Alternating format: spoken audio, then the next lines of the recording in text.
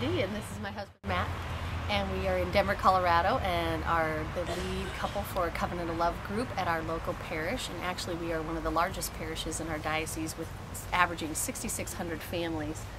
So we were just going to share with you a little bit about the Covenant of Love group and how it's affected us and other couples that have joined each evening with us, each on a monthly basis. And Covenant of Love has been a great program for couples who of all walks in their marriage. In our group, our core team group is made up of a fairly newly married couple, along with couples married 10 years, 15 years, 25 years, and a couple actually that's been married for 50 years. And so it covers the broad spectrum, and I think the young can get some old teachings from the older couples, as well as the older couples, you know, being in tune with what the young folks have to say about our current culture. And what's wonderful about the Covenant of Love is it's an opportunity for married couples to come together once a month and actually study something about marriage, something that the church teaches on marriage, because not often that we get together and say, hey, let's study an encyclical tonight on marriage, honey, and just having that educational piece in their marriage, and then also the fact the community comes together, and as married couples they come together, and then the small group discussion allows them to share their stories or share what they've experienced in their marriage, and they're not alone. A lot of married couples go through the same things.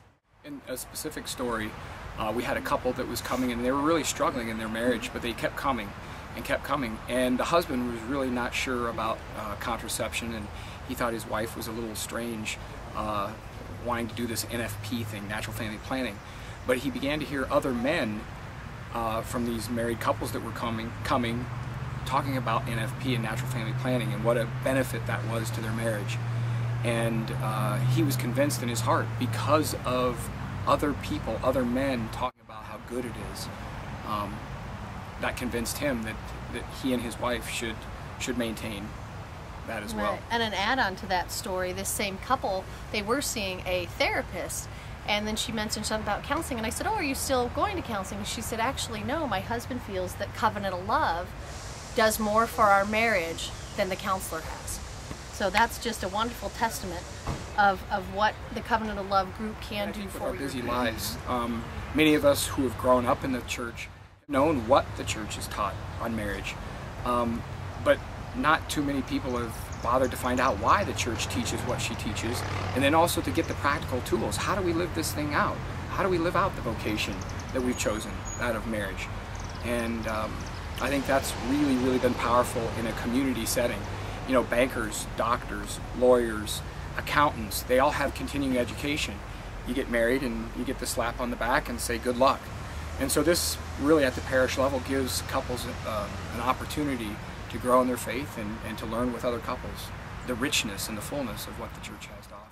Who's thinking about starting a Covenant of Love, that present it to your pastor. Get the core team together before you go meet with your pastor and say, we really want to do this. We really want to bring this to our parish, because the fruits and the blessings that come from a Covenant of Love group are just numerous.